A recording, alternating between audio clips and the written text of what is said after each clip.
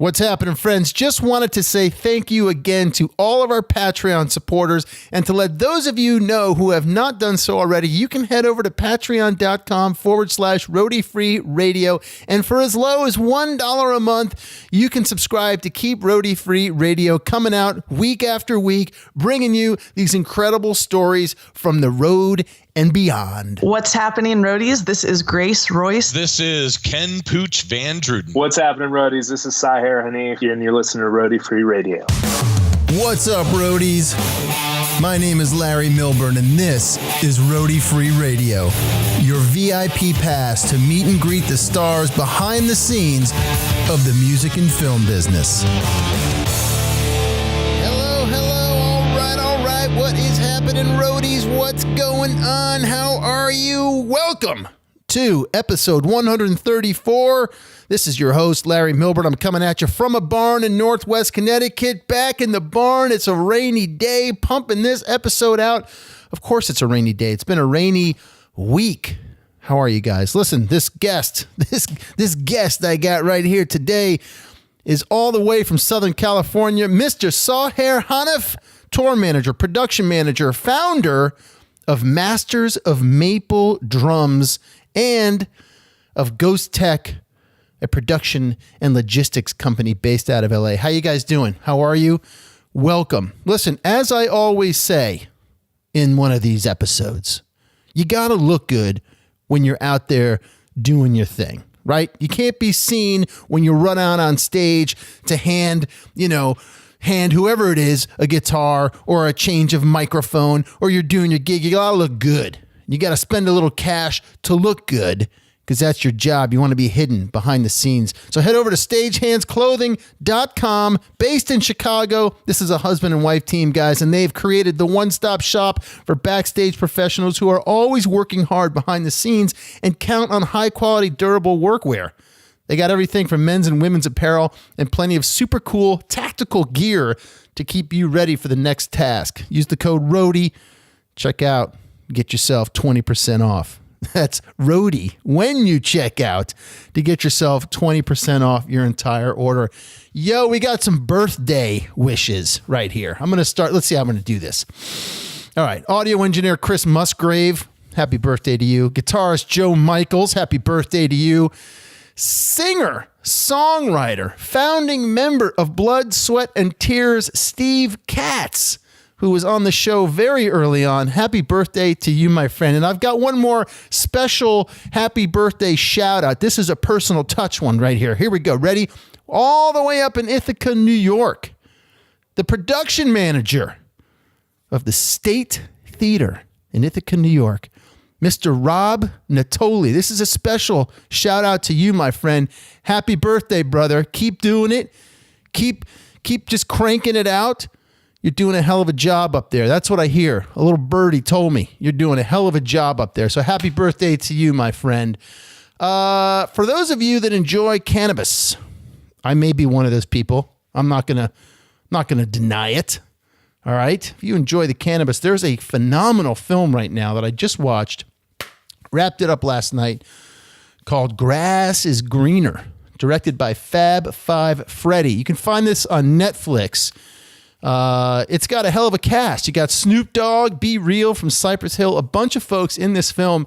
And it's all about, and I didn't know a lot of this stuff, it's all about cannabis, marijuana, and racism, and how the U.S. government, our special U.S. government, has targeted minorities and cracked down on marijuana and sort of, just given it a bad name and inherently created a subtext of racism. Used cannabis with racism, one of those things. It's not good. It's not good. But the film is great and sheds a lot of light on that. So head over and check it out. Grass is Greener by Fab Five Freddy. They're smoking big blunts in this film. I don't know how people... I've always wanted to be those guys. Here, I'm going to give you some truth. I've always wanted to be one of those guys that could wake up, smoke up, and go about my day. And I have friends who do it. They go to work. They go to meetings. They're successful. I would be lost. I would get in my car to go to a meeting and just keep on driving, just keep rolling on down the highway if I pulled that off. I'm not a big, can't do it. I'm going to admit, I've smoked before doing a few shows here at Roadie Free Radio. What the hell, right? This is a radio show, or a podcast, an audio show. But I don't do it on the regular, just so you know. I can't do it. Woodstock, speaking of smoking blunts, Woodstock 50th, pulled the plug, couldn't get it together, blew $35 million paying some artists, and they just could not pull off the logistics of this festival up at Watkins Glen. It got a little too hairy. Couldn't get done in time. So that's done. If you made your plans to go to Woodstock 50th, which I was trying to do, I wanted to get up there, do some filming, get some content. Ain't gonna happen. Too bad for that. Special shout out. This actually, these next two pieces came out in the last couple of weeks, and I lost the thread. Couldn't let you know about it. Forgot to let you know about it. Author David Dan, who has been on the show, who is my late cousin. He's a fan of Michael Bloomfield's, my late cousin, the blues guitarist. And he, at the time he was on the show, he was talking about a book that he was working on about Michael's life and career. And that book is coming out in October. You can pre-order a copy now. I will put a link to it in the show notes on the episode page on the website, roadiefreeradio.com. David Dan's book, Guitar King, Michael Bloomfield's Life in the Blues. Pre-order that book. Get to know Michael Bloomfield. I think we should have David back on the show to talk a little bit about what he went through getting this book done and what we can expect out of the book. Also, I forgot to mention a couple weeks ago that Robert Scoville, the great Robert Scoville, front of house for so many years for Tom Petty and the Heartbreakers, was just a guest DJ on Tom Petty Radio on Sirius XM. You can probably find that somewhere. I'm sure somebody has recorded it somewhere. But the little bit that I heard, my wife recorded just a little bit on her phone. He sounded great. The guy's got some phenomenal insights. Robert Scoville, also a past guest on the show. Check out his episode if you want to. Coming up, Night Bob, our good buddy Night Bob, check this out, is going to be at Coney Island Baby doing an interview with author-filmmaker Stephen Blush. It's called Rock and Roll War Stories. At Coney Island Baby, Thursday, May 23rd, 7 p.m., 169 Avenue A in New York City. It's free. It's free. You can go down, listen to Night Bob talking for free about his rock and roll war stories. You're not going to want to miss it. Thursday, May 23rd, 7 p.m., folks, at Coney Island Baby. Listen, if you have a small home studio, if you are traveling in a van and you need to conserve space, all right, and you've got a bunch of mic stands, why don't you check out the AirTurn Go Stand?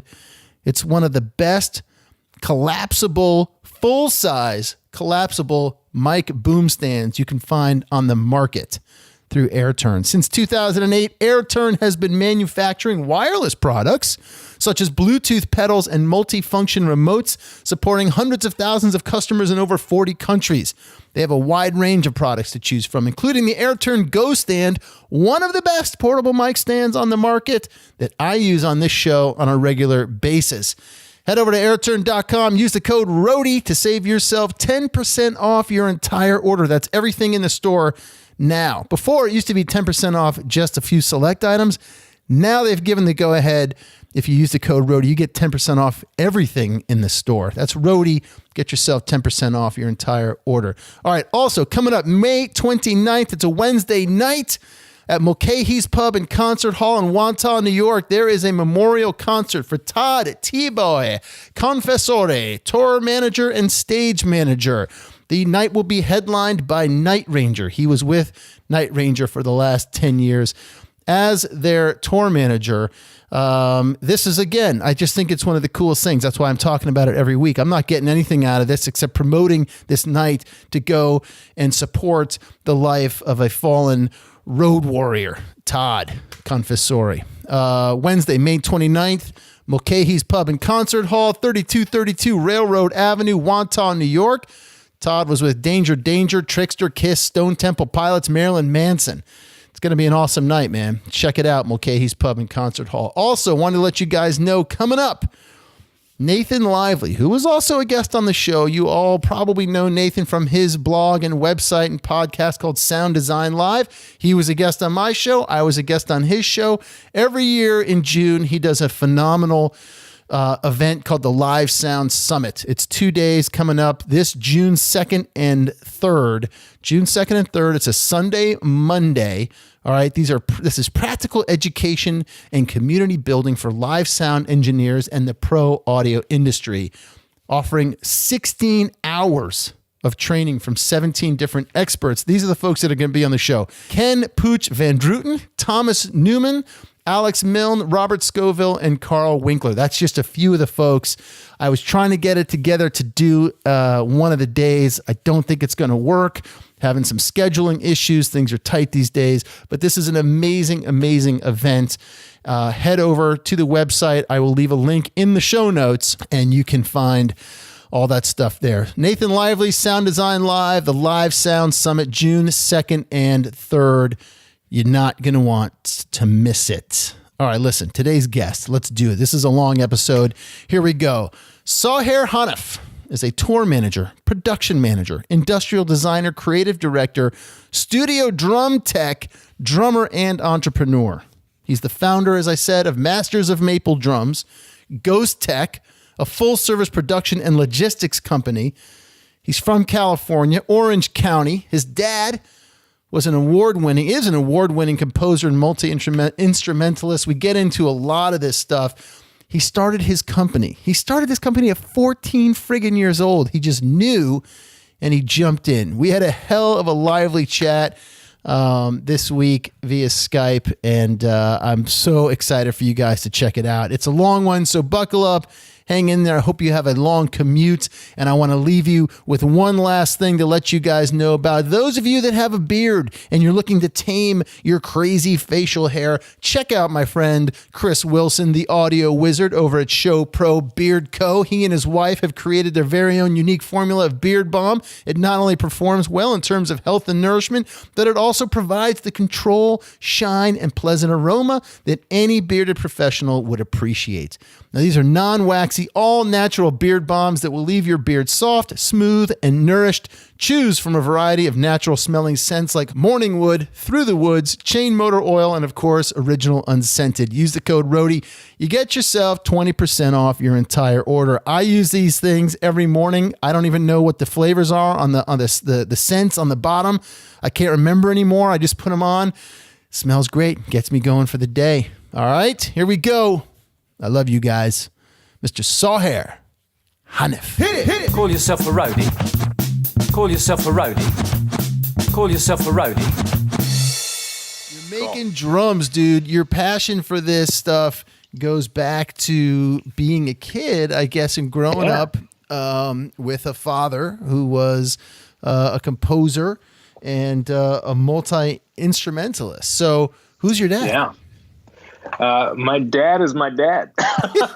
It's one of those funny things. We're from Pakistan, so his first name is my last name, and that's kind of how it's supposed to get passed down. But yeah, my dad's named Hanif, and we grew up in Orange County. And the funniest thing is like I grew up with him just playing music all the time, and my mom. They play an instrument called a harmonium, which is like a sit-down accordion almost. Sure. And, it's funny because, like, you think your parents are like just your parents. But as I got older, I'm like, oh, shit, my dad actually rips. Like, he's actually pretty good. It's like that weird thing when you realize I'm like, when I was probably like 10 or 12, I was like, I told my mom, and she's so funny. She was like, yeah, you walked in and you said, Dad's actually pretty good at this stuff. And she was like, yeah. Yeah, I don't think you put it together. So, yeah, I grew up in a pretty musical house, man. My brothers and my sister, loved music, but I was the only one that really kind of gravitated towards it, like pretty hardcore, really. Yeah. So got in there, and I was just, before like studios were super common in the house, like that was like a thing. They ripped out everything in the garage and they converted that because my dad was actually getting a lot busier with like different projects and all that stuff he was doing, you know, whether it be, you know, like Bollywood kind of movies, like scoring stuff, which he did. And then he'd play a bunch of shows, and a lot of the musicians he'd bring in, they would go play shows. And that's kind of how it all started. I was just pretty enamored with the studio, and I would go in and just like, you know, this is before everything was digital. So I'd actually go up and I don't know if I'm allowed to drop the F-bomb. I'd just fuck up faders and just, you know, I was all over it. So this is a show. This is a show about roadies, man. Yeah, I mean, if we can't drop F-bombs, what are we doing? Well, I mean, we keep it very clean on my cruise, you know, with no cursing allowed. You know? Oh, okay. I see. I'm just kidding. Are you kidding me? We fucking fired in 2 seconds.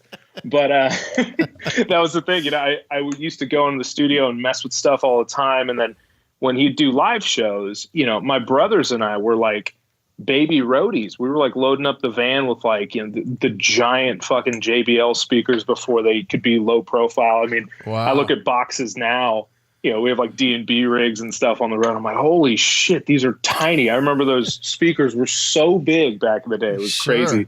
So, you know, I was setting up PAs when I was like 6 or 7. So, and I just didn't really realize like that would be something I'd be doing almost my life, the rest of my life, you know. So did your mom play as well?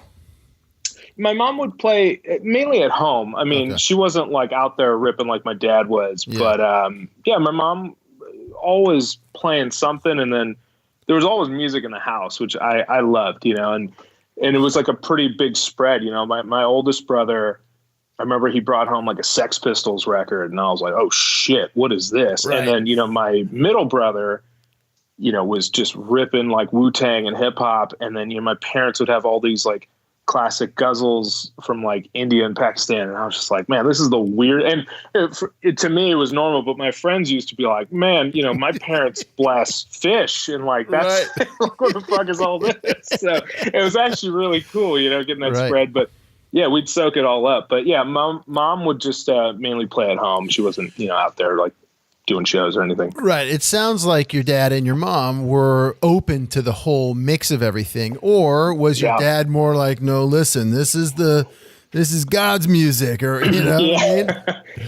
No, you know, man, my dad, he's funny, and he was a big influence, and, you know, still is on, you know, the paving the road for me essentially. But, he was playing, you know, he came to the country when he was like 17. So he was ripping like Jethro Tull and all kinds of shit. And he'd play, keys are like his main thing. He kind of plays everything. He taught me how to play drums.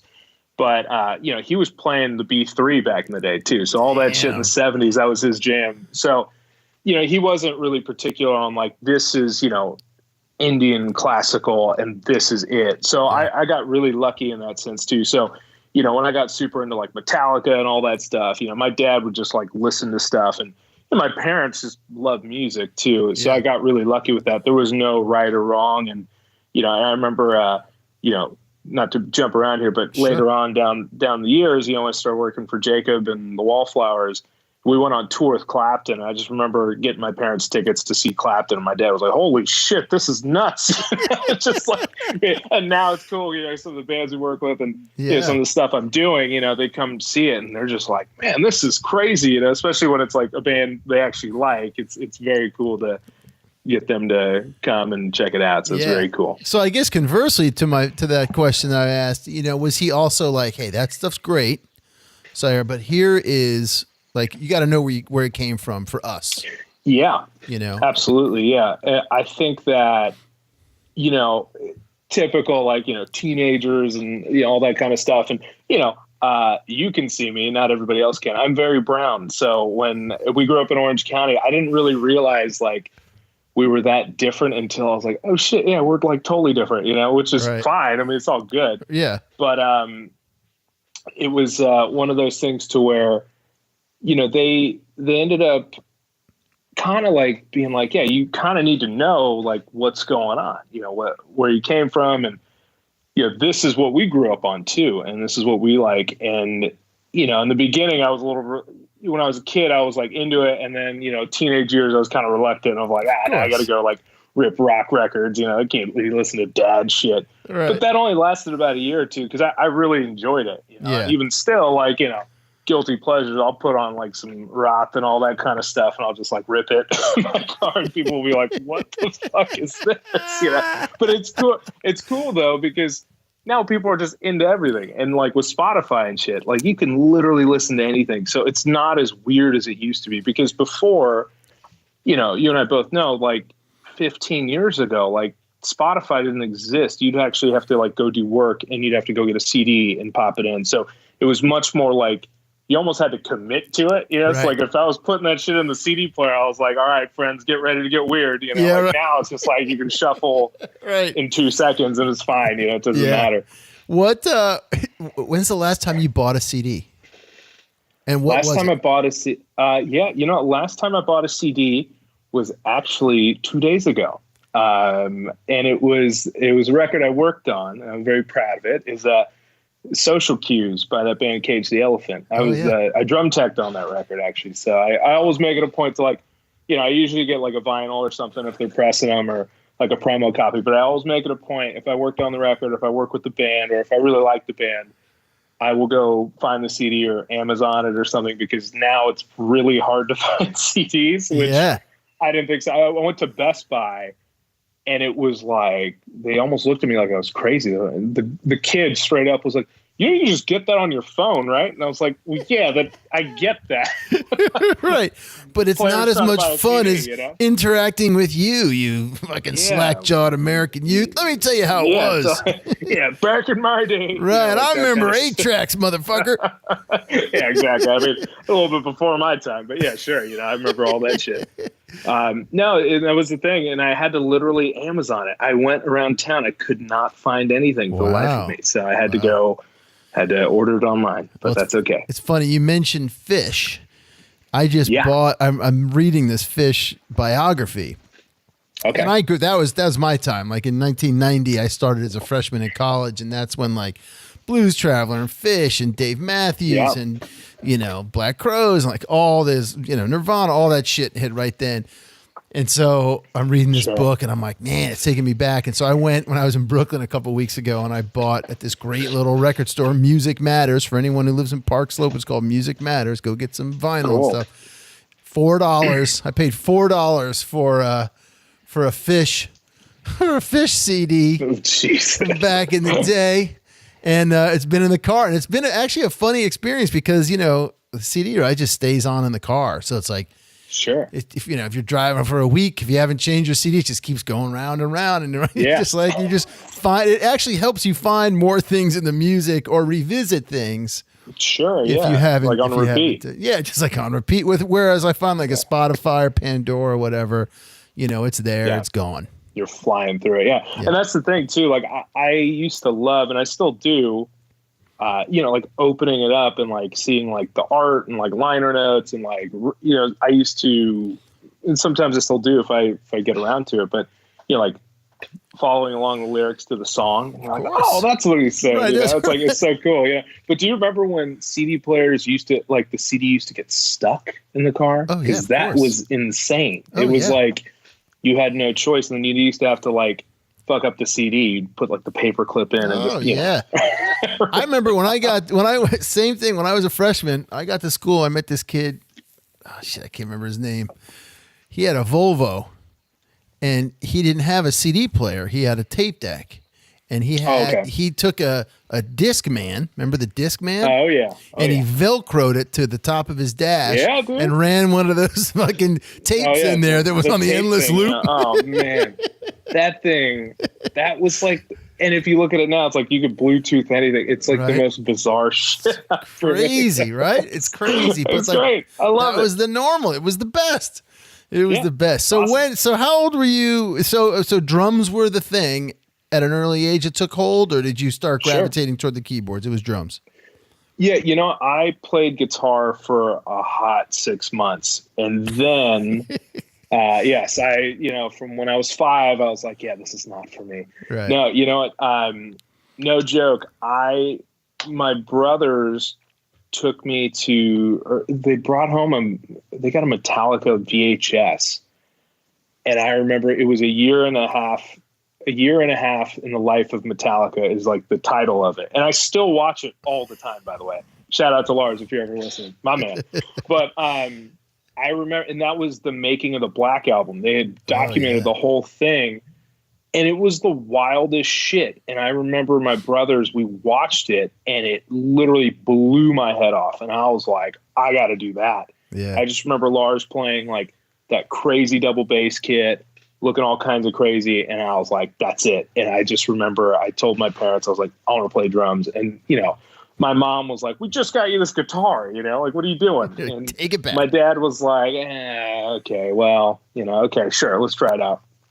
And they did. And I remember we went to a little Sam Ash in Huntington Beach, and we bought my first drum kit, and that was it, man. I was off to the races. And immediately it felt like guitar was cool, but drums, you know, I say it now, it sounds really cheesy. It sounds like a marketing tagline for some Masters of Maple shit, but they're like the only thing that kind of makes sense to me. Like I do a lot of shit. I'm like pretty with it brain wise, but drums are literally the most honest thing on the planet. Like they don't lie. Like if something's a little bit off, you're going to hear it, and they just kind of make sense. And they're very simple. You know, obviously my shit is crazy engineered and all that stuff. And we do a lot of cool stuff to make them, you know, really good. I guess you could say. I don't want to say the best because there's a lot of great shit out there. Yep. But, you know, but they're just simple in form. It's like it's a round wooden circle that makes noise when you hit it. That's it, man. Like you can't bullshit it. But the second I started playing drums, it just clicked. You know, you just locked in, and it was like great. And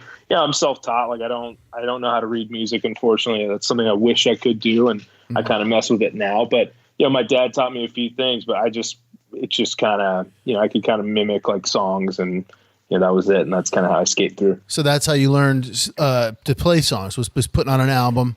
Yeah. And just figure out what they're doing. Yeah. And sometimes, you know, this is back when drummers used to make instructional tapes, which is fucking comedy watching now. If you watch those tapes, like dudes from the 80s are like, what is this? You know, everybody's got teased hair and everything. I used to put them on TV in front of the drum kit in my room. And so sometimes I would play backwards because, like, you know, the reflection of it. So a lot of the times I was like keeping time with like, and people used to think I was a lefty, but I was like, oh no, it just makes more sense for the whole thing. So sometimes that's how I was doing it. But yeah, it was just all listening to stuff, and you know, and I think that was the other thing too. It's like when I listen to stuff, like I kind of try and pay attention because I'm trying to like pull it apart, you know. So maybe that's a good thing, maybe that's a bad thing, I don't know. But that's just kind of how I listen to music, and you know, kind of dive in, and you know, later on working on records, not just listen to drums, but also listening to like really subtle guitar parts and you know, keys and all that stuff. It's really interesting, the stuff you pick up when you actually like pay attention and listen, you know, as opposed to, you know, it's on in the background really. So you knew at a young age, so the drums were what, 6, 7 years old? Yeah, I started playing when I was 6. Okay. And who were some of those first guys or gals that you listened to that you're like, I got to be like Ringo, or I got to be like Lars, or I got to be like Chad Smith or whatever? Lars was my dude, man. He like was the that, guy. that was it. That was it. Yeah, love Lars. Also, you know, because my dad had, you know, there were such cool records going on, and like there was a lot of different shit too. So it was like, you know, you'd listen to like Coltrane records, and like, oh man, it's like. And then I remember one day I was like, Dad, you know this guy Max Roach? He just kind of looked at me and laughed. He's like, yeah, I'm pretty familiar. And you know, Keith Moon and Bonzo and all that shit. That was, you like the hard hitters. Yeah, I do. I definitely do. And, you know, it kind of reflects with who I try and hang out with now.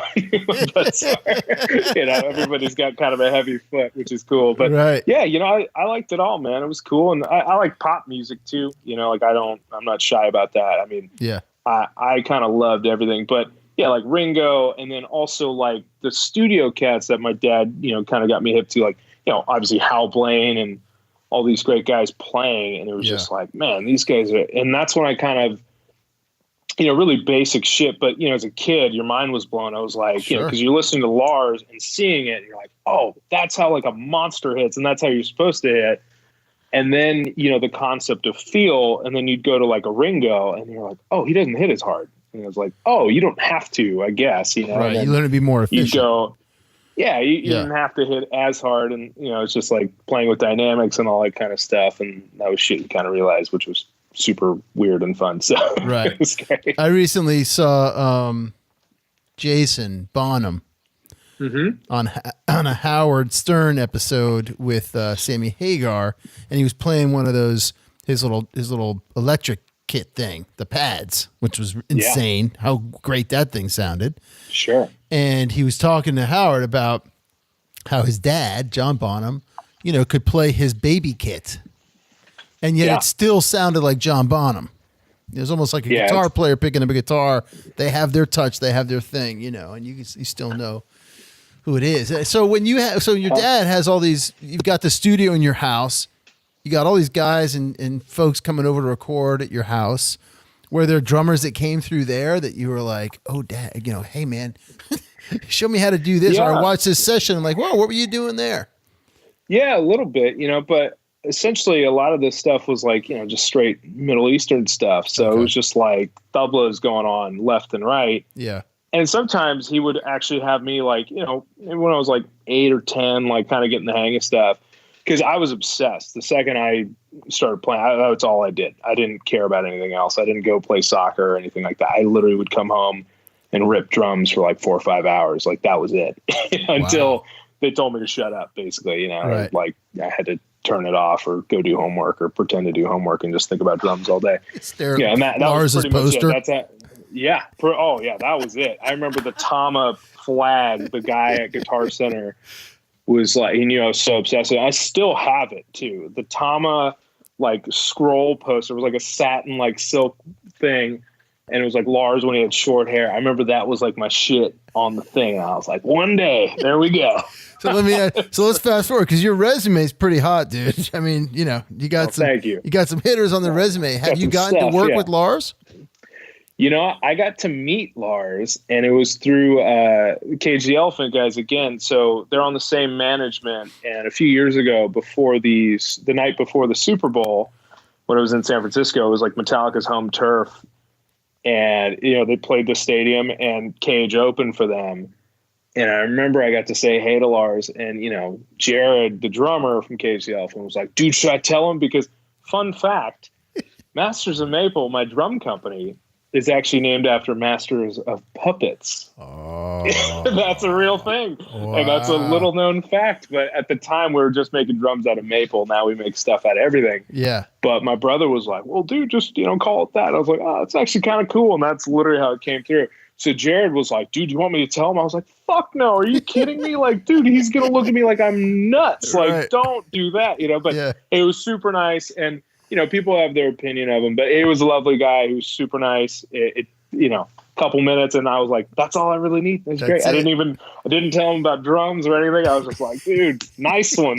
And that was it. You didn't tell him about the poster, the Tama poster? No. I'm trying to, maybe one day Jared's going to get a hold of this, or one of the Q Prime people are going to send it to him and just put me on blast. Because maybe, that'll happen. And any ounce of cool I had with him, that's probably going to go out the window. Gone. So yeah, it's to be seen though. It's fine. That's awesome, man. That's fantastic. So now we're going to jump into like high school time. Yeah. High school. Did we go to college or no? It was college, the University of Rock and Roll. Yeah, the college was very much so. I'm not going. So you jumped into some bands in high school? Yeah, I was playing just kind of around town, just friends and just jamming and doing stuff like that. But again, from a really early age, I don't know what it was. Like, I just kind of knew, I was just going to do something in music, preferably drums, whether that be in a band or something like that. But I like the behind the scenes too. I kind of liked seeing my dad, what he did, and some of the people he dealt with. Like, I always used to think the aspect of like him being kind of settling a show, which is what we do now. He has a TM or something like that. Him getting the money or dealing with promoters and negotiating like hotel rooms. Like, to me, that was really fascinating because that was something I was like, oh shit, you don't just show up and just play, Right. And I used to, as a kid, I used to think like, oh, everybody knows about that. And then when I was telling my friends and then it dawned on me, I'm like, oh my God, no one knows about that. Like, that's just the thing. And that's, obviously kind of molded me for what it is, of like, people don't really want to know and they don't really care. They want to come pay and go to a show and have fun, and not really think about, a truck showing up with a bunch of gear. Right. So that was kind of it. But so I, backtracking just a smidge, when I was like 13, I was getting pretty good at drums. And again, my brothers and my sister love music, but they were on, different paths, whether it be, doctor, lawyer kind of thing. And, normal stuff. Yeah. But I was all about it. And my dad knew it too. And I'd sit there and just nerd out with him in the studio and watch stuff. And, he was pretty stoked on it. And so then I ended up, I kind of outgrew my drum kit, and they didn't really spoil us, but they were like, my dad was like, all right, you've been ripping, like you're not a piece of shit kid. So, and I was a pretty good kid too. It's just fun because all I really did was play drums. I didn't even get into trouble. Like all I wanted to do was just bang those things. Were and you a that was good it. student? A good student in school? I'm a pretty smart dude. I'm a good student. I just didn't give a shit about it. I would always try and weasel my way out of doing stuff. And, I was that guy. But yeah, I was pretty smart. You know, like when I would do the minimum until my parents caught me or my teachers would say, hey, this dude's kind of a shithead. Like, why does he have a D in this? And then I would go in, smooth it over, get the grade up to like a B or an A. And that was it. I just didn't really, the school stuff to me was just like, oh man, give me a break. Right. So, again, I was just like, how the fuck can I get out of here? This is terrible. And, later on too, I told my parents, I'm like, hey, there's this wonderful thing called a GED. I could test out of this bitch. Let's get it. And they were like, fuck no. Are you kidding? Like, get out of here with that shit. So that was it. Yeah. So, when I was 13, my dad was like, all right, I want to get you a nice drum kit. We went to Guitar Center and it was a whole thing. And I remember we went there for a few weeks and like, I got the Pearl catalog. Hollywood Guitar Center? No. Orange County. El Toro. This is El Toro. Yeah, okay. El Toro. And I actually ended up working there when I became of age. Yeah. So and that was like the local spot. Me and my dad, and my mom and my poor brothers too would always have to be taking me to the Guitar Center to get sticks and whatever because I'd save like a little bit of dough and buy like a pair or two. And so I remember we went there and, my dad was like, cool, let's do some research, figure out what you want. I got all the catalogs and like, I was looking at all this shit and I was leaning towards Atomic kit because of the Lars stuff, of course. But I just, I settled on a DW kit, like the one, it was like a white marine pearl and it's like a classic color too, which I kind of liked a little bit better. And I remember we took it home and I fucking took it apart, like literally down to the shells. And wow. parents walked in and they were like, what the shit is this? Like, what? Like they thought, a few hours into it, I'd be ripping away. They thought I was going to be playing till 2 a.m. or something like that. The cops would get called. But I was so fascinated with it. And the whole transactional part of it, I'm like, why are these things so expensive? Like, doesn't make any sense. And I took it apart, and for some reason, this was maybe 13 and a half. I was like, I think I could build this. And my parents looked at me like, what are you talking about? That's when they walked in and they saw everything in pieces, like washers, the whole thing. Like, and it was all lined up, and I just had to see how they worked. And I remember they kind of looked at each other, and it's still like burned into my head. They were like, what the fuck is this dude talking about? Like, you can and my mom was like, you can make these? Like, what do you mean? Like, and my dad, it was so beyond it because he's not like a handy guy. And nobody in my family, aside from my middle brother, would like work. He'd work on like BMX bikes and stuff, but nobody was like a builder kind of person. Nobody was like that guy. Right. And my dad was like, you can't just make this shit. It's like a factory and the whole thing and, blah, blah, blah. But for some reason, when I said that, it connected in my head. I'm like, oh no, fuck, I can make this shit. Like, again, no background woodworking. We didn't even have tools in the house. Right. It's like the fucking power drill we stole from the neighbors, probably. I don't know. Shit like that. So that's what it was. So when I was a few months past, I put the drum kit back together. Obviously, he was playing it. It was awesome. Super stoked. And then I told my brother, I said, hey, I really want to start building stuff, because I always was like, like playing with Legos, and I still play with Legos till this day. Some people know this. I have a set of Legos in my production case when I go on the road, and I'll have like a 20-minute zone out period where I'll either like build Legos or do some shit. But I build with Legos every day. That no joke, because it helps me clear my brain. And sometimes you just got to put stuff together. Right. But it's so fascinating because like, obviously for some people it's 20 minutes to 12 fucking hours playing video games. Sure. Yeah. And that's just zone out thing. But I like the piece because sort of what I was thinking too was like, you've got the right brain or left brain, whatever the creative side is, right? That zones out the right brain, playing the instrument, getting lost in it. Sure. And then there's this other part of you that, is an entrepreneur, is a builder, is a designer, things have to be kind of practical, logistics, things like that. Yeah, absolutely. The whole thing. I just, and I remember building stuff. I told my brother, I was like, man, I got to like figure this shit out, So, and this is when eBay was like an actual thing. And so my oldest brother was like, helping me find some stuff. So we bought a piccolo snare drum for like $40, and it got to the house. And I remember I got some red spray paint, some black spray paint, and my brother showed me how to sand, and that was like, I remember painting it in the garage with spray paint and figuring out like prepping parts and like, the whole thing, like just figuring out. And this is before YouTube, so it was just like, you actually had to learn some shit and like ask around. And that was that. And man, a few months later, I, turned 14 and I told my parents, I'm starting a drum company. What? Like, what the fuck are you talking about? And, my brother, we figured out the name and the whole thing. And I was like, that's it, like I got to do it. And I drew out the M, like, which we still have today. And I got it tattooed on my hand and shit. And that was it. And I was off to the races in my head. At least I was like, this is going down.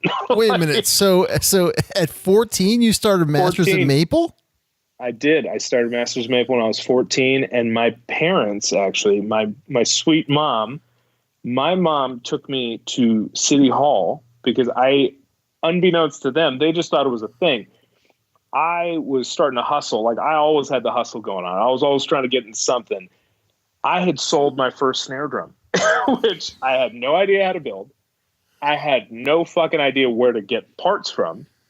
I was just creeping eBay. So I figured, okay, I could figure it out. And I sold a kid in my 8th grade class. And I remember I sold him. I was like, okay, I can buy the shell, and then I could put some different parts on it. And then and I told him, I was like, well, cool. Like, I'll just make it out of this thing. Like, do you like black sparkle?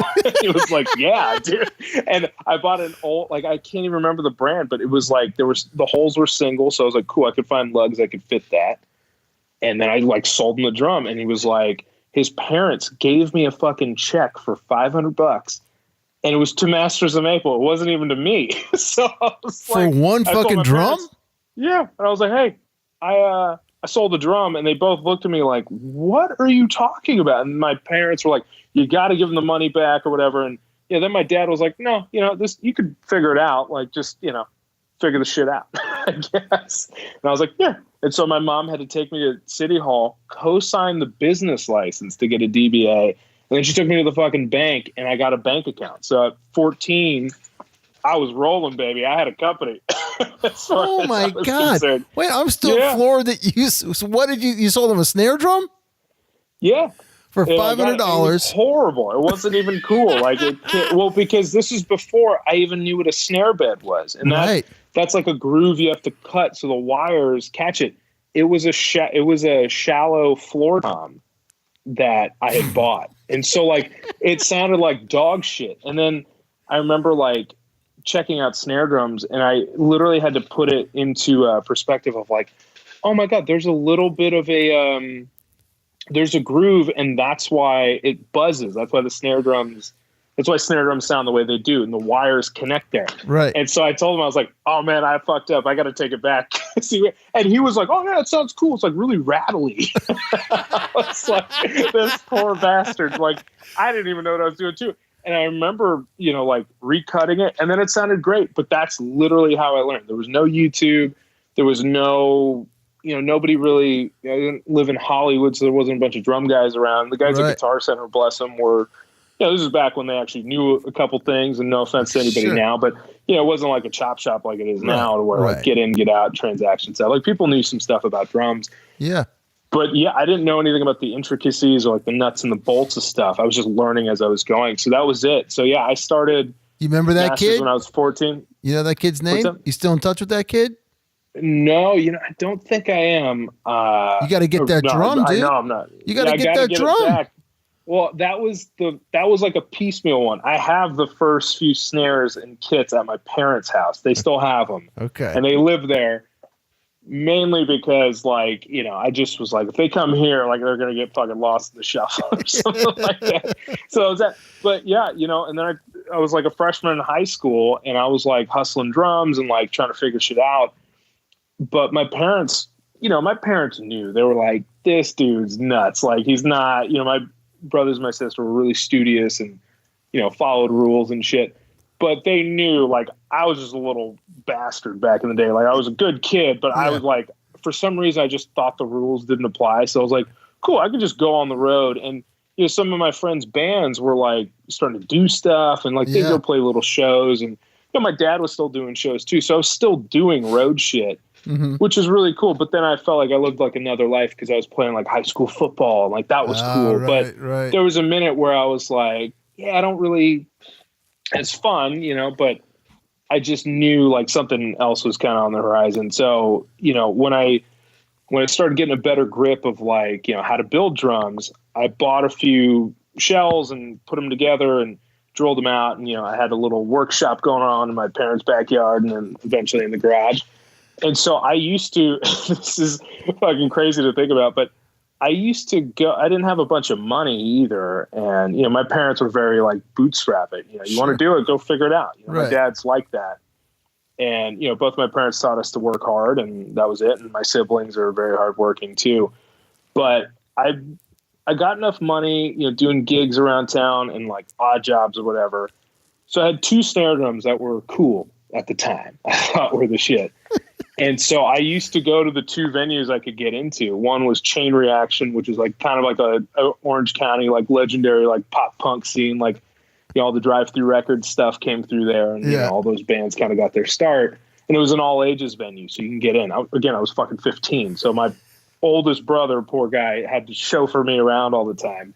He would sit in his car and do his accounting homework because he was in college at the time. Oh my God. And wait for me to fucking go talk to the bands or whatever. And I remember I used to keep the snare drums in his car. I used to pay $10 for a ticket. And then I would wait for the bands after. They would come out, and I'd go straight to the drummer. Hey man, good show, blah, blah, blah. I'm building drums. And, they was like, what the fuck? You're building drums? That's crazy, And so then I'd be like, hold on. And I'd go to my brother's car, grab the snare drums, literally in the middle of like a melee of people and, parking lot. It was like a shitty thing. It was like the door and then the parking lot. There was no like hang area. And I would bust out the thing. I didn't have a stand. I barely even had a case. I could barely afford drum bags at the time. So I used to walk up with it, and they used to hit it. And, it was fucking half the time it was like, oh, that's cool, but I don't have any money. Or sometimes it was like, oh, that's great. And then the first guy, and I do know his name, when it connected, was this guy named Darren Reynolds from a band called Homegrown. And yes, that is a super shout out. At the time, they were like kind of a big deal in that whole pop punk scene. Darren was like, and he was playing the first custom company in my eyes, and people can argue about it, is OCDP. It's what Travis Barker played and plays, I guess. Adrian Young started it with a couple guys too. And they were like the kings in Orange County. That was like the big thing. And just the drum world by, in general, Travis Barker's playing all that shit. And so Darren was playing OCDP. But for some reason, he was like, this is probably when I was like 16. He was like, man, these are cool. Like, you should build me a kit. And I was like, yeah, cool. And that was it. Again, no fucking idea how to build a full kit. I was just doing snares at this point, And how much were you selling the snares for at this point? 16 years old. $400 or $500, if I could get it. Well, usually, I didn't really understand the point of profit at the time. I was like, oh man, I can build this shit for like $200. So, and then my but dad all was you were doing was buying an empty shell, and then you were just machining it and doing this shit. You weren't like selecting wood. No, not what we do now. What we do now is way more intense and involved, and it's like specific. But at the time, we were buying the Keller shells, which is what a lot of people do, and they still do now. That's fine. There's nothing wrong with them. So for guitar, it's kind of like it's like buying a blank, buying a Warmoth body. Yep, absolutely, and then buying parts and buying parts and doing the thing, which is fine. That's how it was rolling at the time. Yeah, but man, he was just like, yeah, I'm into it, and I was like, oh shit. It was like the band was kind of a big deal. They were going on tour. And then I started going on the road with some of these guys, all the drive-through records bands. I was kind of like, and then my parents they were like, you're going to go do what? And I was like, yeah, I'm like going on the road. And my dad was like, fuck you. Are you kidding? Like, that's wild. And my mom was terrified, just like, there's gonna be drugs and drinking. And, I didn't really get into any of that shit, but my dad was like, yeah, hopefully that's the best part of touring. And I was like, this guy. And then that's when you realize, like, oh my God, my dad's a fucking pirate. Like, what the shit was this, And they used to write me mommy notes to go on the road. I used to miss like a few weeks of school at a time. And looking at it now, I'm like, that's fucking bananas. Are you kidding? Wow. Like, I wouldn't even let I wouldn't let my kid, I don't have kids, but I wouldn't let kids ride in an Uber, let alone just go on the road with a bunch of fucking knuckleheads that were like 20-ish in an RV. Like, it was wild, man. But that was it. The second I got on that shit, I was like, yeah, this is exactly what it was. And then eventually it progressed from me just doing drums, to, I was like a pretty big dude. I still am. But, I got some wide shoulders. They're like, hey, you're kind of big. You can handle the money. And I was like, oh, what the fuck are you talking about? And they're like, you could be the tour manager. Because, this is like when there wasn't a crew. It was like the band and like the guitar player. They'd take turns driving the RV. Again, I didn't have a license. So, it was just like, I had to do something else, I guess. So I was hustling like merch and shit like that. Yeah. And, man, that's when I started getting a taste. And again, coming from where I did, I'd seen my dad handle stuff, and I just remember like, oh, okay, yeah, so I'll just get the money and like figure it out. And that was a crash course too, man, because then you have to like, that's when you started getting paid a little bit. I remember the first time I got per diems, I was like, what the fuck is this for? This is crazy. Like, wait, really? I thought it was a mistake. And then, I'd be the one divvying out the money. But a lot of my friends will tell you, and, most people, like, I was always kind of the ringleader. For some reason, I liked being in charge. I liked the responsibility. Yeah. And I liked being that guy. So once I got a little taste of that, I was like, oh, this is great. And then I was drum teching too. And then we would come home from those tours, and this is before cell phones.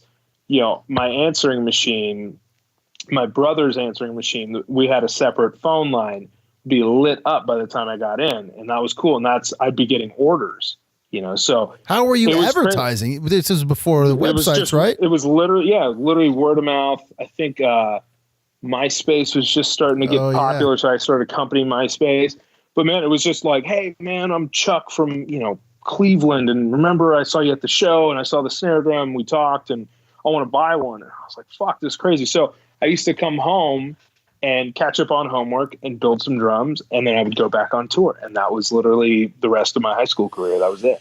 Did you have Aspirations right before, I guess, 13 or 15, somewhere in that zone? I'm trying to remember when you got the itch to build. But did you have aspirations of like being a touring drummer and like being a musician? Yeah. And then was there a point where you're like, I kind of like this other shit better? Yeah, I kind of struggled with it because it was like, I should be like the guy. I was pretty good at drums too. Yeah. But there's something about it. And like, don't get me wrong, like I still play drums all the time. Like, I tour with a band as a percussionist too, and that's tight, but there's something about it, man. Being in a band is really hard. And that's what people forget. It's like, they just think bands are like, they fucking fly first class and they show up and they play the gig and they get the glory. And that's true. And you know what? They fucking deserve it because being in a band is insane. Like any band that's a working band, making a living and paying a crew, God bless him, you know, it takes some balls to do it. And a lot of things have to connect. And I don't think any band sucks. It's like, if you're a working band making a living, whether you're in a bar, an arena or whatever, good on you. You know, like it's very hard to get there, but that's kind of what I saw too. I figured, you know, I liked, I don't have ADD, but or maybe I do. I don't fucking know, but I had a pretty short attention span. I liked jumping to different things, different projects. And even with drums, it's like, I like building a kit for one guy and then it's off to the races and it's their thing and they're playing it. And then we're on to another one. I like kind of that movement. Same thing with touring. I like being in different cities. I like different bands. I like, you know, when I scaled and eventually started my other company, this touring and production, I'm sure we'll get into. Yep. You know, I liked the fact that we could deal with a bunch of different bands and do all these different things. So I think being in a band for me was, you know, and then I started making some money too. So then I was like, well, I kind of like doing that. But I also liked being the guy behind the scenes, dealing with the managers and eventually the agents and all that kind of stuff. I liked being, you know, I was like kind of a big dude and, you know, promoter tried to not pay us. I was like, good fucking luck with that. You know, right. I like the confrontation a little bit. So maybe it says a little bit about me, but you know, I liked it all. But yeah, like I always had like the dream of like, yeah, it'd be cool to be in a band. And, you know, I've been lucky enough to where I get a taste of it. Sometimes I get to play live with some of my favorite bands. Like that's cool. But yeah, it just didn't really, I like the other thing, you know, and I feel very lucky that I kind of get a little bit of both. You know, you still get the rush of being with the band live and pulling off the show, but then you get to do the other stuff too, which I really enjoy. And I think that if I was a drummer in a band, and I don't want to say just a drummer or a musician in a band, and my entire day was like waiting around for the show to go up, and I'd go nuts. There's no way. I mean, ask people that tour with me, like me doing one show during the day, I'm just like, fuck. Right. I got to do like 8 other things too. Sure, of course. That's hence how I became the production manager too. It's absolute chaos. Yeah. But you obviously seem to thrive in that environment. I do. Wearing a lot of different hats. I mean, you're out on the road, you're running that band, whoever you happen to be, that artist that you happen to be with at the time, but you still have a company that's got to put out product. Yeah. Got to find new people to put that product out for. It's got to, you know what I mean? It's got to grow, live and breathe like an actual company. And then you got to do this other thing. So you obviously thrive in that that circus of hell. Yes, that's a great way of putting it, actually. I'm going to use that. I'm going to have to steal that from you. This is my circus of hell, you know, I do. I say it sometimes. I'm like, oh, I don't like chaos, you know, because I do keep it pretty calm and like we have a lot of fun out there. But everybody tells me like, oh no, you love chaos because sometimes like shit's just blowing up, and you know, literally like one time the best story I could say like people will tell is like there was one time I was working for a band and there was like a curtain that caught on fire and it was like kind of like pandemonium. Like, you know, there's rigging guys like in the air on ladders and the band's on stage sound checking. And I just remember like I walked out eating some fucking M&Ms or something like that. And the guys were like looking at me, like looking at that. And I kind of laughed and I like gave the guitar player my bag of M&Ms. I said, oh dude, shit's going to be fine. Don't worry about it. And I just remember grabbing a fire extinguisher and like kind of just half-ass spraying it. But I was just like having fun. It's just like, dude, the fucking place almost burned down. I said, yeah, but it didn't. It's fine. Right. So but that's kind of where I feel pretty comfortable. And, you know, doing stuff on the road is really hectic and, you know, owning a business and, you know, a manufacturing business nonetheless. Like, there's moving pieces, there's employees, there's things, and, you know, there's a lot of stuff. So, yeah, I enjoy it. I think I've always been kind of geared towards that. I'd rather be doing more than less, I guess you could say. What did you do? You didn't go to college. You didn't go to business school. So what have you done for yourself to learn? Maybe you haven't done anything, and that's totally fine too. But I'm just curious. Have you done anything to sort of, you know, to move your personal needle along in terms of like learning how to be a better business person? I mean, how many people work for you? Masters, we have about 12 to 15. Wow. How many growing a little boutique? bit. Let me back up for a second, because I know, I'm a guitar dude, so I know like Sure. boutique guitar companies. I could probably name half a dozen of those. Sure. At this point, I can name Masters. Yeah, and well, hey, there you go. maybe one other one. You gave me one, OCD, earlier, right? I don't know the drum world that well. Sure. So how many and how big is the boutique world in drum world kits? It's constantly growing. Yeah. I mean, with the recession a few years ago and just kind of the nature of the industry, it's shrunk quite a bit over the last few years, but there was a point maybe 5-6 years ago that it was exploding. But they're the major players, like the DW and the Yamaha and the Tamas and Pearl and all that stuff. Yeah. And they've been around forever. Gretsch, legacy brands and stuff. And then, there's a handful of like smaller boutique companies like myself. There's probably like 6 or 7, maybe. It's not huge, but it's like it's kind of like guitars, now there's luthiers popping up all over the place that are making great stuff and putting product out. And the cool thing is too, it's like drums are a little bit different because, guitar players, they can just have hundreds of guitars. Sure. You can have hundreds of drum kits, but then that's a space issue too. Right. But like a lot of guys will, a lot of big guys that are endorsed technically, will be buying snare drums and they'll play our stuff in the studio and all that shit. So there's definitely like a good pool of producers, but it's not like huge. I mean, there used to be a lot more, but it's definitely thinned out because, again, like you said, like companies need to live and breathe and grow. It's a beast. It's like you have to put time in, you have to nurture it, you got to be out there, you got to be hustling, you got to be selling stuff too, and you got to be constantly refining the product and taking feedback in. We do that a lot, which is great. And I feel like we're in this gray area because we're producing stuff like the big guys, like we make our own drum shells and we have all the equipment to do that, which is very cool. But, we're not mass producing either. We're not making hundreds or thousands of kits a month or a year. Right. We make 50 kits to the public, and once they're gone, they're gone.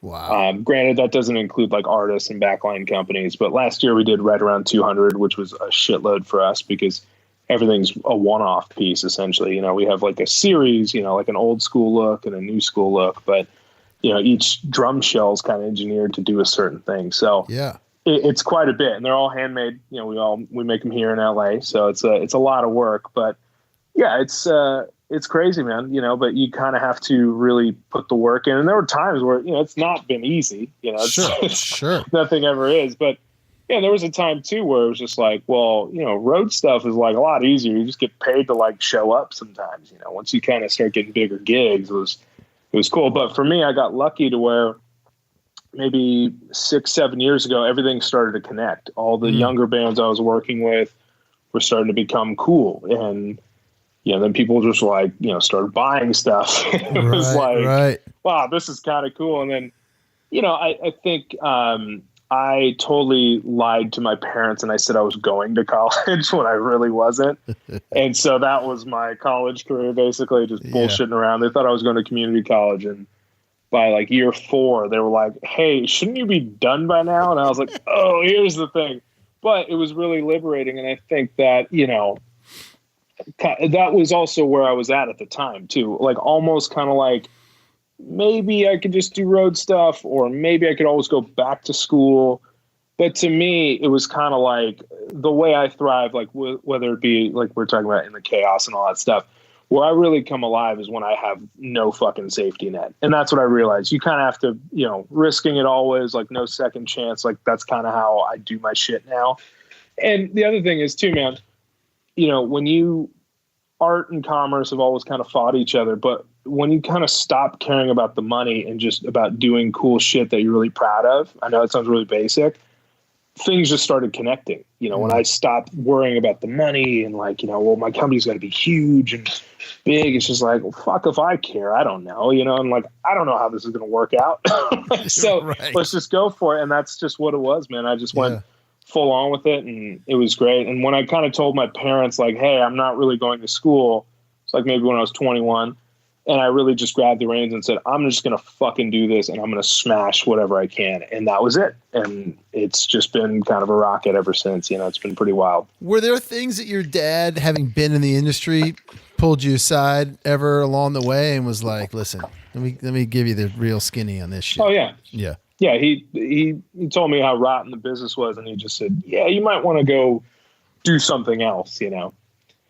And that was the thing. And I don't blame them. At the time, I was a little offended, but, you know, like they're parents, you know, you're their kid. They're scared for you. They want you to, you know, maybe have a little bit more stability, because they also saw it too. It's like, you know, I was kind of working like a madman too. I was just like, and I'm not scared to work hard either. Yeah. So like, and it wasn't just, oh, I'm just doing drums. Like I was stocking shelves at fucking Lowe's and Home Depot. And I was like a big dude. So I was moving like concrete bags and pallets and, you name it, I was fucking doing it. I used to deliver schematic blueprints for like architects, like reprographers. You know, I was like driving a shitty little pickup truck for a company in Orange County, and I would work the night shift. You know, so yeah, I didn't care. I was just doing it. I knew I was going to make it work, and that was the other thing too. Like I just needed some money. You know, my parents weren't going to give it to me. No bank was going to fucking loan me any money. So how do you get it? You know, and I was doing gigs, and it all kind of worked out, man. It was a whole thing. But I actually realized I didn't answer your initial question. I kind of went off on a thing. It's all right. Most people do.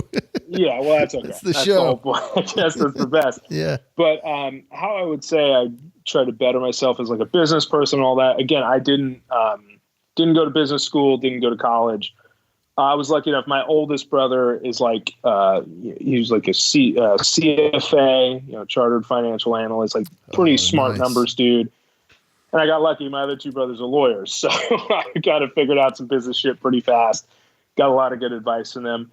But man, honestly, the way I kind of moved up the ladder a bit, and just in general, like I just asked a lot of questions. Mm-hmm.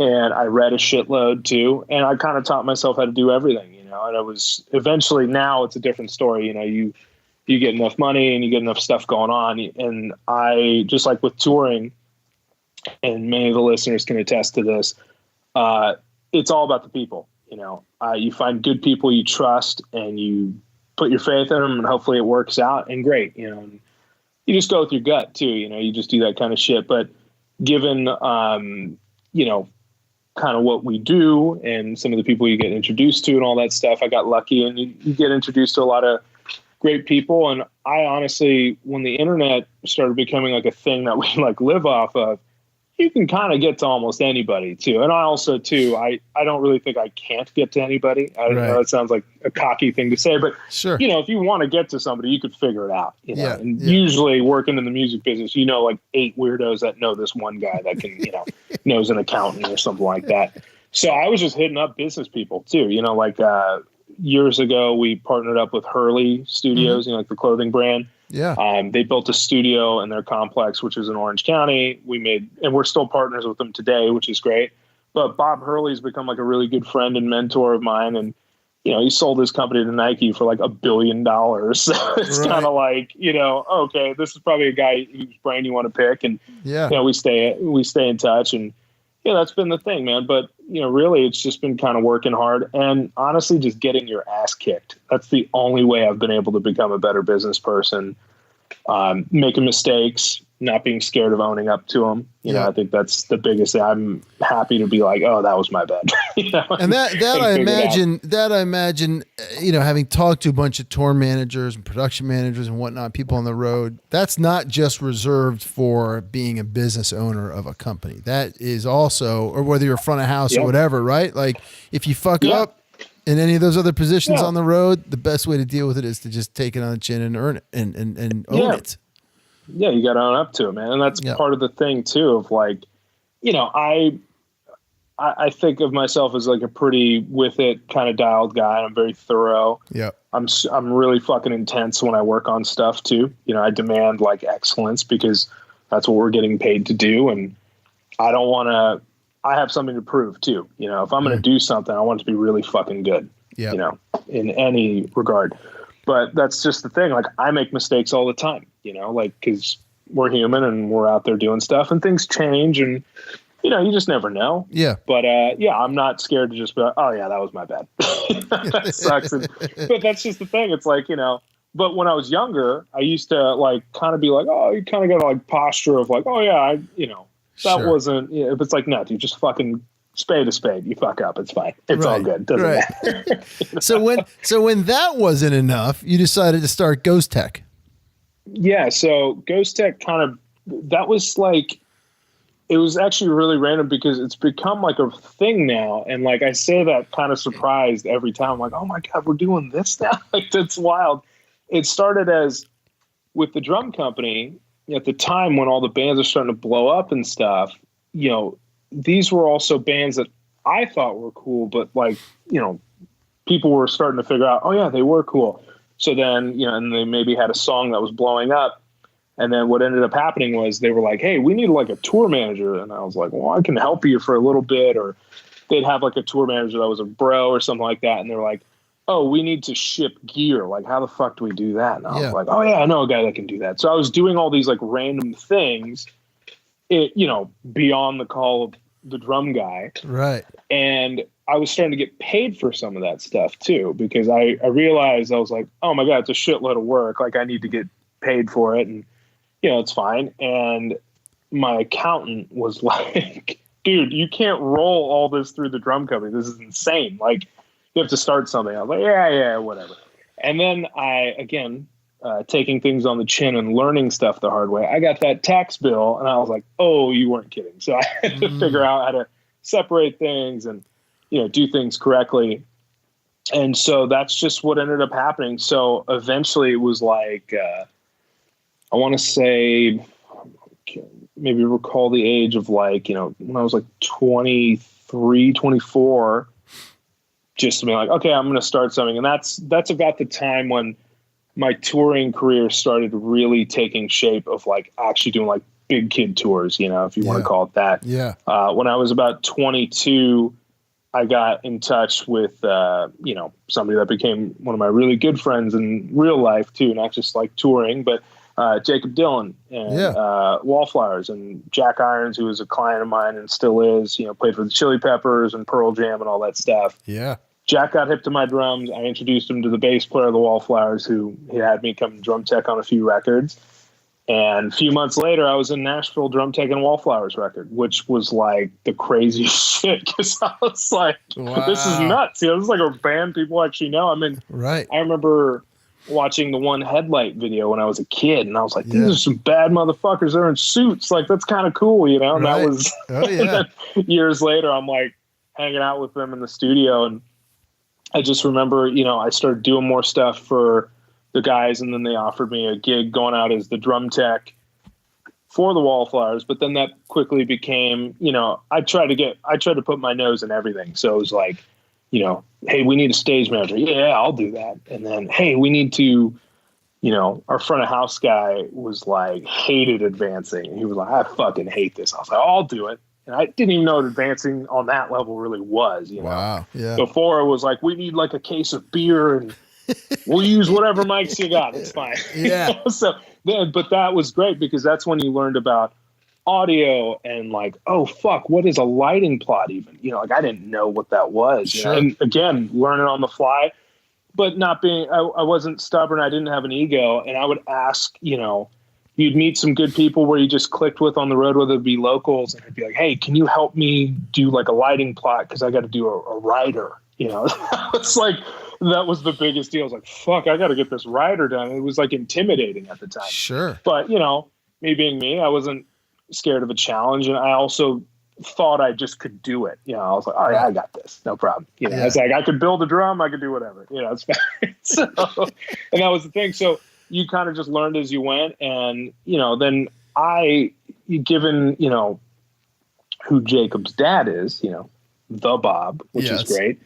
You met a lot of people. And at the time it was just like, it was a cool gig. It was fun. I was like making real money, like on a tour bus and shit. Like it was blowing my mind. Like, and I remember getting fucking hotels. Like that was like, holy shit. And I was like, I don't have to share. Like, this is crazy, And every dude listening and guy and gal listening can attest to that. It was like the day you got your own hotel room, you're like, oh fuck, I made it. Like this is great. Like, This is awesome. This is what people were talking about, you know? And years later down the road, I'm just like, oh man, this is, it's simple. But at the time it was a big deal. Of course. But given who, Jacob was and the band's pedigree, I almost kind of realized real fast of like, oh shit, you need to like learn everything you can. Because I remember the first time I met one of your guests and he's kind of like a hero of mine, Chris Adamson. Oh yeah. We opened up for Petty and like, Chris was around quite a bit. I doubt he remembers me, but I remember just like, you need to pay attention to what that guy's doing. Cause that's like one of the smartest dudes in the room. And I just remember like, I feel fucking creepy saying this, but I remember the Petty shows we did, cause Jake was like homies with Tom. Like he was a kid, like traveling Wilburys and all that shit. So like he was with Tom when he was all crazy and shit as a kid. Yeah. So, and he's a fan, so like he'd be hanging with the band and Chris would be around and he'd be talking to like the stage manager and all these guys. And I just remember kind of like being off to the side because I didn't want to I wasn't trying to hang with Tom or Jake or Krampus style, but I was trying to listen to Chris. So there's this like corner where there was like kind of a coffee catering table for the local like union dudes. But I was kind of on the other side of it and I was just acting like I was getting coffee and donuts. So he probably thought I was the fattest dude on the planet. But I was literally listening to him talking about the rigging call because I was like, what the fuck is rigging? Like, I don't even know what that is, And that's in really nerdy shit. But that's why I was like, oh my God. And I remember then you could Google stuff, everything was on the internet at that point. So then I just remember like reading about rigging like nonstop. And then years later when I started being able to like hire lighting and, actual staging, I remember going and like nerding out at upstaging about like rigging and all that kind of shit. And, I remember the first guy I used to talk to, I was like obsessed with all these little things because I really want to learn about them was I'd go in and talk to the lead rigging guy and be like, hey, tell me what the fuck's a bridle? He'd be like, who is this freak? Like, get out of here. Like, I'm fucking marking a floor, kid. Get out of here. But that's how it was. And sometimes guys were dicks, but some guys were like, yeah, here, jump in, see how we, these are ropes, like, and you would learn that shit. So it was really cool. But, given who Jake's dad was and where he came from and the success they had, a lot of people were around that were like old school dudes. Right. Of course. That you were, again, I had to drop my ego too of like, I'm this young buck and I'm Jake's guy and I'm the new dude. I'm going to change everything. It was like, no, like check yourself, learn from these dudes because these guys know way more than you fucking do because they've been doing there was a minute where I'm like, a long time. Way. And at a different level too, Yeah. But I feel like I got really lucky with that because I got in at the tail of like when all these guys were at their fucking prime, like the old school dudes. Right. And I got to learn how they did it on the bigger level. And then when those tours would end, again, with like through the drum company and then what became Ghost Tech was like, okay, cool. We can apply all that shit to that. And given, like my organizational skills and how I could run a business and deal with numbers. And, I think the only way you survive being a production manager or tour manager or a business person or a good one anyway, is you have to delegate. It's the only way you can survive because, I'm very, hardcore kind of control freak, meticulous about everything. But eventually you can't do everything. Fuck, if I could clone myself 20 times, I would because I want to hang out with myself. That should be dope. But, I'm just kidding. So people are like, what the fuck is wrong with this guy? No, but like if you could clone yourself and do like, have 5 of you doing your shit, it'd be great. Right. Well, but the best part about that is you wouldn't have to take the time to tell yourself how to do something because your other selves would know what you want to do, right? Yeah, it's fine. We share a brain. Jesus. All good, Right. If only we were that lucky. Yeah. But that's going back to Adamson though, I'll never forget like doing that interview with him in Tom's dressing room at Forest Hills, right? That was fucking crazy. And just the fact that like, he was so nonchalant about the fact that he's in the middle of 3 fucking tours of that. He was doing Dead & Co., John Mayer, and Tom. And Petty. Yeah. And it's just like bouncing. Yeah, it's wild. It's like, what the fuck? Yeah, the thing is, I remember like listening to that and I was like, oh man, that's fucking wild. And then, on a different scale, different level. He's by far, hands down, one of the, most legendary dudes. I'm doing that shit now too. And I'm like, how the fuck did that even happen? And I just think about, back to like kind of creeping around the corner, trying to listen to this guy talking about rigging calls. And I'm like ordering labor like he does. And it's like, fuck, like, if you pay attention, you work hard, like maybe that will happen. Yeah. It's kind of cool. The other part about the Adamson thing is that, when I first hooked up with that crew, it was to do Scoville. Yeah. In Hartford at the Xfinity Center, right? Yeah, because that's like your backyard, isn't it? Yeah, it's like an hour and change away.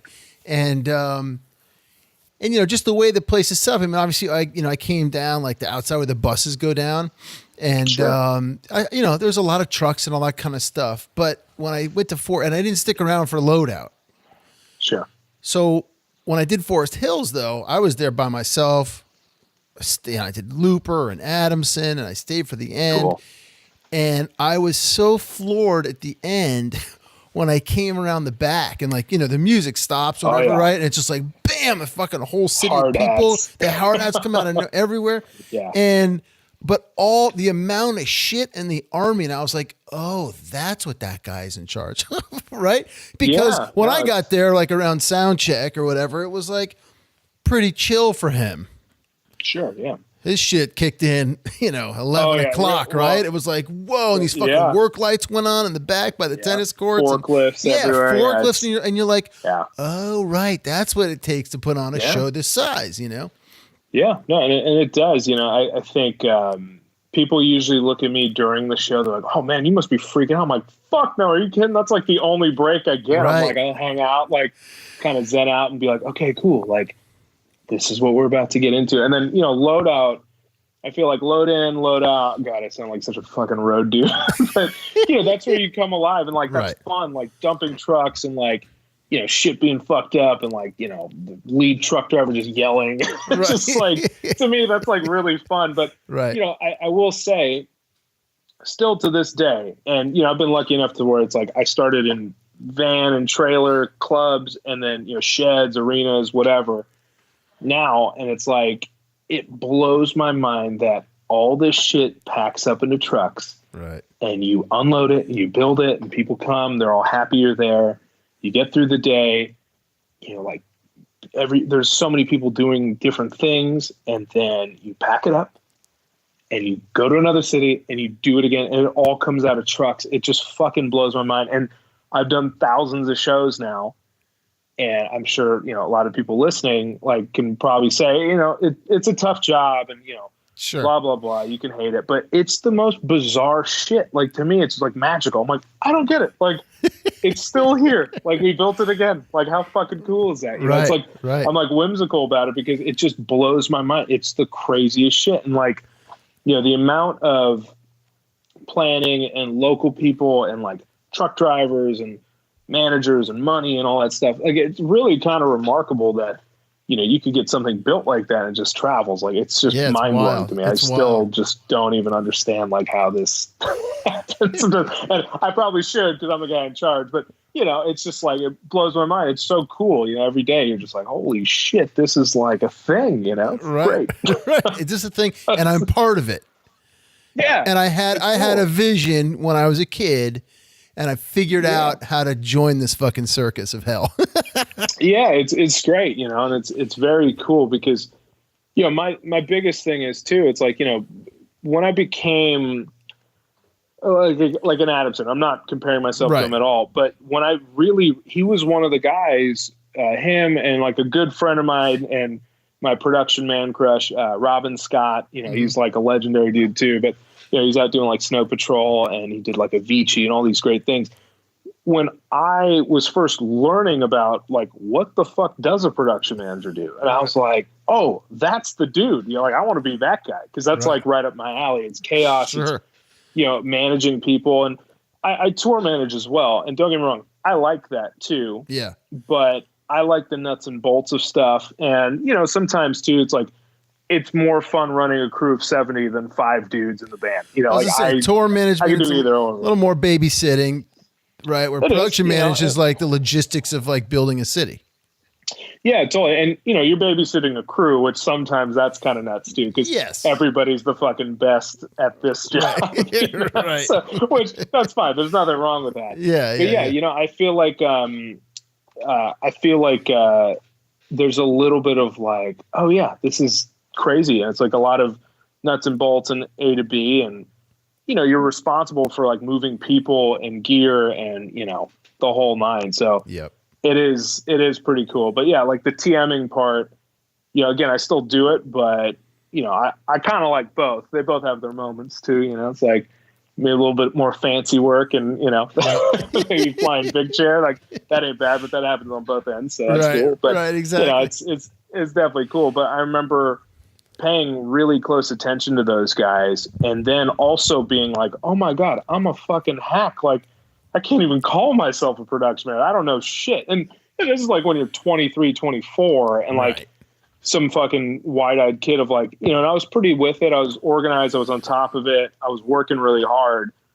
But then you kind of realize like, oh no, there's a whole other thing you don't even know about yet. Yeah. And that's why I felt really lucky and very, I don't say this word a lot, but very blessed to like be around a guy like Jacob who trusted me a lot and was like, and introduced me to a lot of guys that toured with his dad and, Tom's camp and, he was fucking friends with Bowie and shit like that. So you met all kinds of great dudes and I was just picking their brains of like, hey, I'm like a phone guy. I love to call people. I'd call some of these PMs out of the blue, like, hey man, like, remember me? This is Cy. I'm like Jake's dude. And they're like, Jake who? I was like, Dylan. They're like, oh yeah, of course, JD. And I was like, yeah, so check this out. I was like, constantly taking these guys to lunch and like a kid, like I had a shitty car. I'd roll up to these fancy hotels in LA when they're on a day off or something. And I was picking their brains about like, well, so do you do like a load-in plan? They were just like, what the fuck is this dude talking about?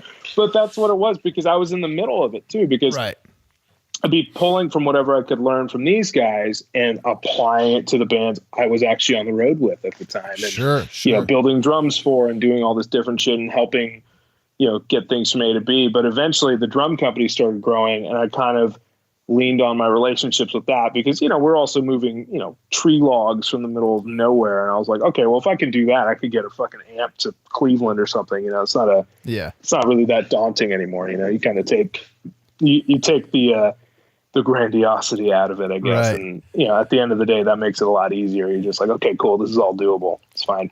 Where ultimately do you want to be? I think Masters, the drum company is right where I want it to be, which is kind of cool to say. Like we've got a great roster. If I could tell you what I want to happen to that, it would be to stay nice and tight. Our roster of artists are like a little biker gang, I guess. Everybody's like really tight with each other. And, we don't just let everybody in and it's exclusive, which I kind of like that. Because it keeps the quality high and it's not just to be a dick, it's just like keeps the quality high, keeps things nice. We actually have like an actual community. There's not like thousands of guys on the roster that get lost. And, that's okay. Like some people just have different goals. I basically want to build like the Rolex of drums, keep it very high end and keep it classy. And what's your thing on the site? It says these drums are not for everyone or these drums are not for you. What does it say? Yeah, they're not for everybody. They're not for everybody. I like that. That's true, but it's true. And it's not, we have a little bit of an edge and that's kind of like my tongue in cheek humor a bit, but it's true. It's like, can you imagine if everybody played like one kind of guitar? Like it just wouldn't, but that's the thing. Like some people, my drums speak to, and then other companies speak to other people, it's like, you play what you like, and that's fine. And they really aren't for everybody. And that's cool. It's okay. And some people just don't get what we do. They're like, what the fuck is that? They maybe want something else, or I'm just playing Ludwig's because that's what Bonzo played. And it's like, yeah, great. Go do that, man. It's all good. Whatever you like. It's cool. But I think as far as, go ahead. No, I was going to say, like, this is going to sound so fucking naive. Do you work to like some boutique guitar companies, guitar amps, right? They're like chasing a Fender tone. They're chasing the Marshall tone. You know what I mean? Does it work the same way in drums? Like, hey, if you want to sound like the Ludwig kit, you should get the Sparkly Johnson, whatever it's called. Whatever, you know what I mean? Sparkly Johnson can be misconstrued as a few things. That's true. It's good. In all honesty, man, I'm chasing your tone. Your being the person, because the way we do it, and not to plug product or anything, but just the basic way we do it is that most companies will be like, here is, and I've used this philosophy, I've taken the philosophy to production management and tour management with bands, here's what we make. Most companies will say, hey, here, X drummer, here's what we make. Here's our catalog. Here are the colors. Here are the sizes. And, you figure out where you fit in to our thing, right? And that's fine. We, on the other hand, kind of were like, well, that's kind of dumb. Like, people are individuals and it's something artistic as drums. And, you're a guitar player. Like, to me, an instrument is very personal. And if you look at guitar players and drummers, even a singer, if all you got is a mic, they're holding on to that thing. It's like their safety blanket, Yeah. So it should be very personal. And that's what we're trying to do with drums. So in lieu of that kind of philosophy, we said, okay, well, you tell us what you want it to sound like and feel like, and what you want the vibe and everything to be. And, people will send us old drums they had or give us notes and all that stuff. And then we'll build something for you. We'll tailor make that. And given what we do with like the tech side of it and, sourcing things the way that we do and controlling all that stuff, from forest to factory is what we control, like the wood supply and all that stuff. We'll make you like a special blend, and it's worked great because, anytime you ask a drummer, what do you want it to sound like? People are almost kind of like, you're not really thinking that because everything's so homogenized these days. Sure. Of like, this is how you're supposed to do it. And even with production sometimes too, it's like, hey, guys, put up a couple strobes and a hazer and we got a show, and a backdrop. Yeah. Like, no, it doesn't need to be like that. And even if you don't have a crazy budget, I mean, I'm like a nutty, scrappy kid who wanted to build these crazy drums at all these exotic things, didn't have any money. You just get creative with it, and now you take that into production of like, yeah, cool, we can build half this shit. I mean, you can build anything, granted, when you have the budget and the know-how and the contacts, you can maybe call people like at Upstaging and be like, hey, can you build us a fucking, a saber-toothed cat that comes out of a thing? It's like, that's whatever you want. Right. But it's been cool. But that philosophy with drums was a really good segue into production and production management because, again, people just kind of talk at bands sometimes. And my main goal, like you were asking what the goal is, I want to help take things in people's head and, take people's artistry and translate it to fans. That's all we do, whether it be, and everybody does it too. The wardrobe lady, the caterer, the front of house person, like it's all a part of it. We're helping them express their vision, whether it be with my drums or putting on the show or something.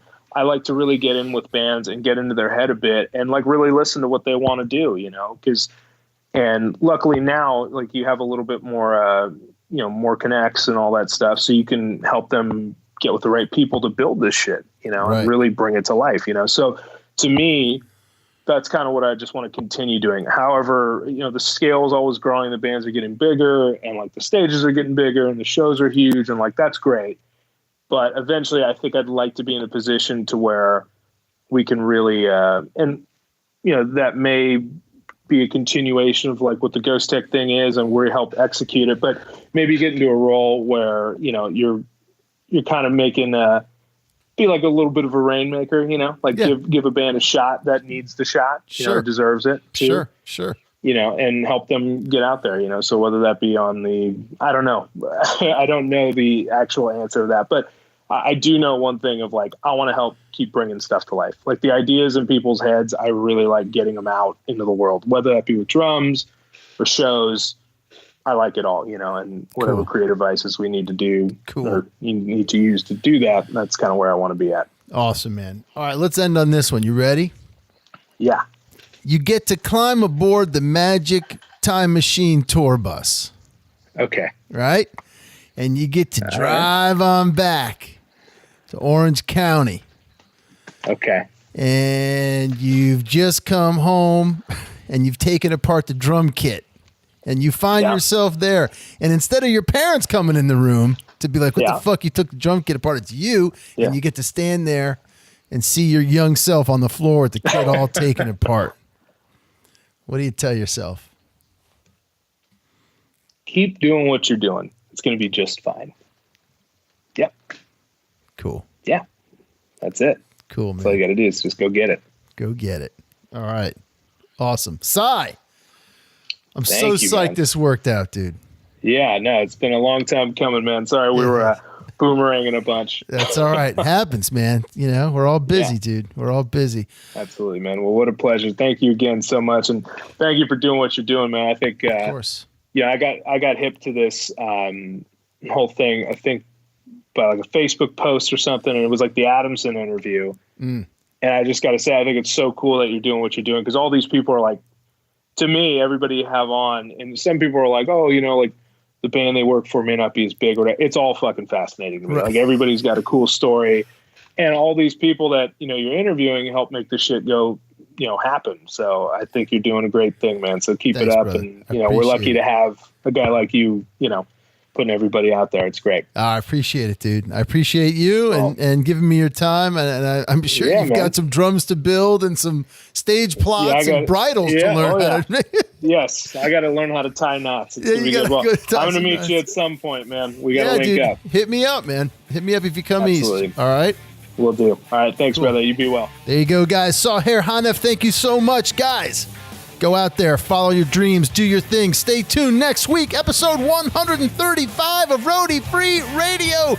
We got Scott Adamson from the Production Academy right here on the show, teaching you some tricks and some tips to be a better audio engineer. Folks, during the week, you can follow us at Twitter, Facebook, Instagram, SoundCloud, iTunes, Google Podcast, YouTube, and Spotify, all as Roadie Free Radio. Check out the website, roadiefreeradio.com. Send me a note, damn it, because you know I want to hear from you. That's info@roadiefreeradio.com. And you know what to do in the meantime. Y'all be safe out there. No roadies, no rock and roll.